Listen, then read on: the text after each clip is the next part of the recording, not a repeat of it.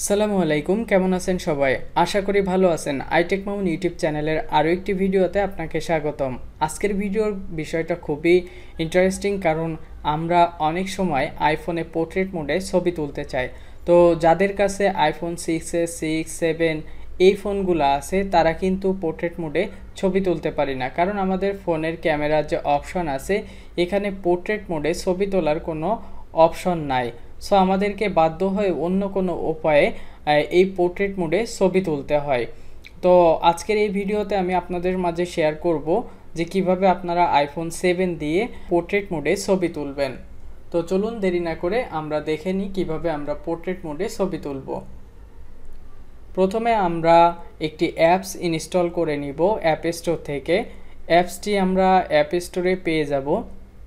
App স্টোরে গিয়ে search করব ফোকাস, FOCUS, জাস্ট ফোকাস লিখে সার্চ করব।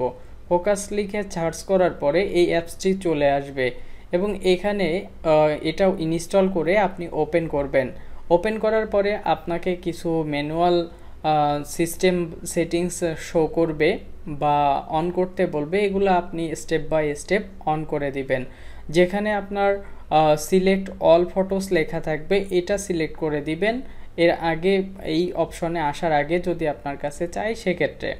তো এখানে আসার পরে আমরা অ্যাপসটি ওপেন করার পরে এখানে দেখতে পাচ্ছি যে আমাদের যে গ্যালারিটা আছে এই গ্যালারিটা এখানে শো করতেছে। তার মানে কি আমাদের গ্যালারির যে ছবি আছে সেই ছবিগুলো কিন্তু আমরা চাইলে পোর্ট্রেট মোডে এডিট করতে পারবো। অর্থাৎ আমাদের এটা যে মোডেই থাকুক না কেন, এখন আমরা এটা পোর্ট্রেট মোডে এডিট করতে পারবো। তো এটা তো রাতের ছবি, যার কারণে এরকম আসছে। আমি অন্য একটা ছবি আপনাদেরকে দেখিয়ে দিচ্ছি। এখান থেকে ধরুন আমি এই ছবিটা তোলা ছবি, এটা আপনি যখন এটা দিয়ে ওপেন করবেন অটোমেটিক একটা ব্লার নিয়ে নিবে, যেটার কারণে আপনার একটু DSLR এর যে ছবি তুললে যেমন লাগে, পোর্ট্রেট মোডে ছবি তুললে যেমন লাগে ঠিক তেমনটাই এখানে শো করবে। তো আমরা এখন ছবি তোলার এখান দিয়ে ক্যামেরা দিয়ে যদি আমরা ছবি তুলে সেটাকে পোর্ট্রেট মোডে করতে চাই, তাহলে সেমভাবে এখান থেকে আমরা ক্যামেরাতে ক্লিক করলে আমাদের যে ছবিটা আমরা তুলতে চাচ্ছি সেই ছবিটা তুলব।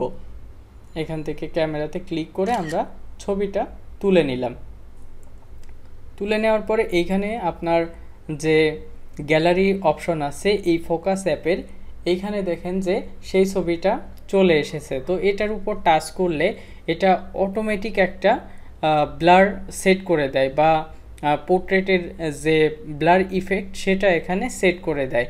তো এটা আপনি চাইলে কমিয়ে বাড়িয়ে নিতে পারবেন, তবে এটা আমি এখানে কাছে কাছে রেখে আর কি ছবিটা তুলেছি, যার কারণে এরকম দেখাচ্ছে। আপনারা যখন ছবি তুলবেন, আপনাদের ছবি তুলে সেটাকে ব্লার মুড বা পোর্ট্রেট মুড করতে চাবেন, তখন কিন্তু এটা যেমনটা দেখাচ্ছে এর থেকে আরও সুন্দর দেখাবে।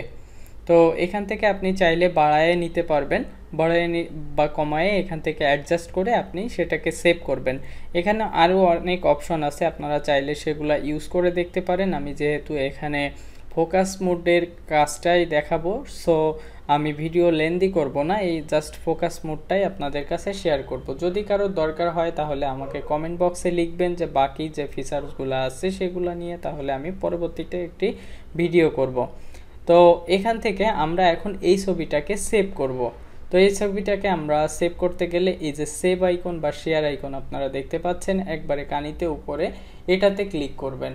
একবারে উপরে সেভ আইকন বা শেয়ার আইকন এটাতে ক্লিক করলে আমাদের এখানে অনেকগুলো অপশন দেখাবে।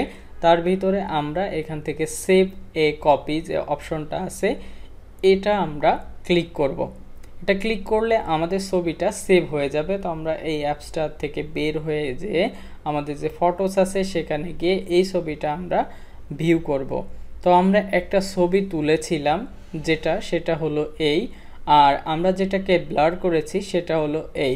অনেকটা পার্থক্য দেখেন, এই সাইডের যে লাইটটা এটা কিন্তু একবারে বোঝা যাচ্ছে, আর এই সাইডে দেখেন যে একটু ব্লার হয়ে গিয়েছে।